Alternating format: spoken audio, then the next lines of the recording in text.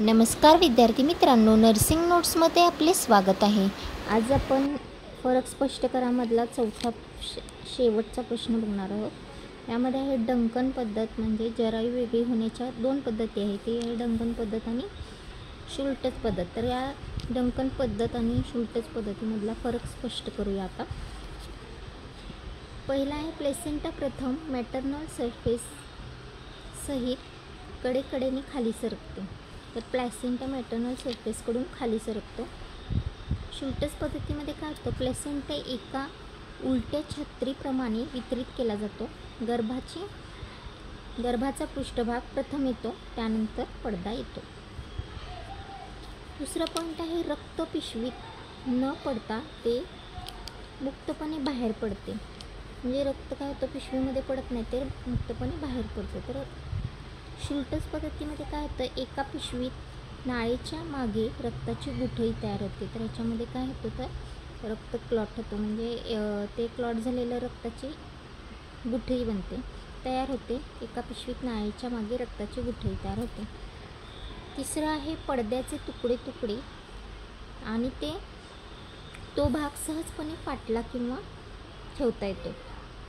तर यामध्ये पडद्याचे तुकडे होतात किंवा तो भाग सहजपणे पाटला जातो किंवा तसंच ठेवता येतो। पडदा शुल्टज पद्धतीमध्ये पडदा सुबकपणे आणि पूर्ण सोलतात। तर शुल्टज पद्धतीमध्ये काय केले जाते, तर जो पडदा आहे तो पूर्णपणे सोलला जातो, म्हणजे काढून टाकला जातो। पाचवा पॉईंट आहे प्लेसेंटाची बाजू जी गर्भाशयाला जोडलेली असते।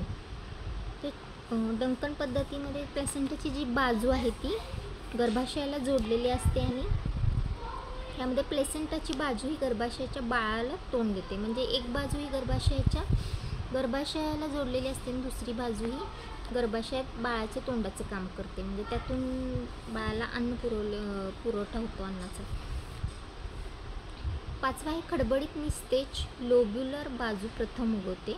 याच्यामध्ये खडबडीत निस्तेज आणि लोब्युलर बाजू प्रथम उगवते।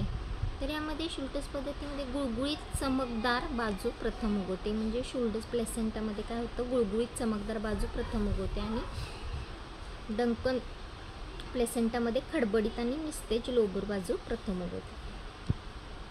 सहावा पॉईंट आहे मॅटर्नल साईड असते। आईने बाळाला डिलिव्हर केल्यानंतर ती सर्व गलिच्छ आणि घामाघूम होते। तर ही मॅटर्नल साईट असते आणि जेव्हा डिलिव्हरी होते तेव्हा आई ही घामाघूम झालेली असते आणि ती गलिच्छ झालेली असते, म्हणजे डर्टी झालेली असते, घाण झालेली असते। तर यामध्ये ही गर्भाची बाजू असते। जेव्हा बाळ बाहेर येते तेव्हा ते सर्व चमकदार आणि निसरडे असते, म्हणजे सहजपणे डिलिव्हरी होते, म्हणजे चमकते आणि निसरडे, म्हणजे गुळगुळीत असतो तो भाग। तर अशा पद्धतीने आपण डंकन पद्धत आणि शुल्टज पद्धतीमधील फरक स्पष्ट केलेला आहे आणि हा चौथा आणि शेवटचा प्रश्न आहे फरक स्पष्ट करामध्ये। तर यापुढील प्रश्न आपण पुढील व्हिडिओमध्ये लवकरच घेऊन येणार आहोत। तोपर्यंत माझ्या चॅनलला लाईक, शेअर आणि सबस्क्राईब करायला विसरू नका। थँक्यू।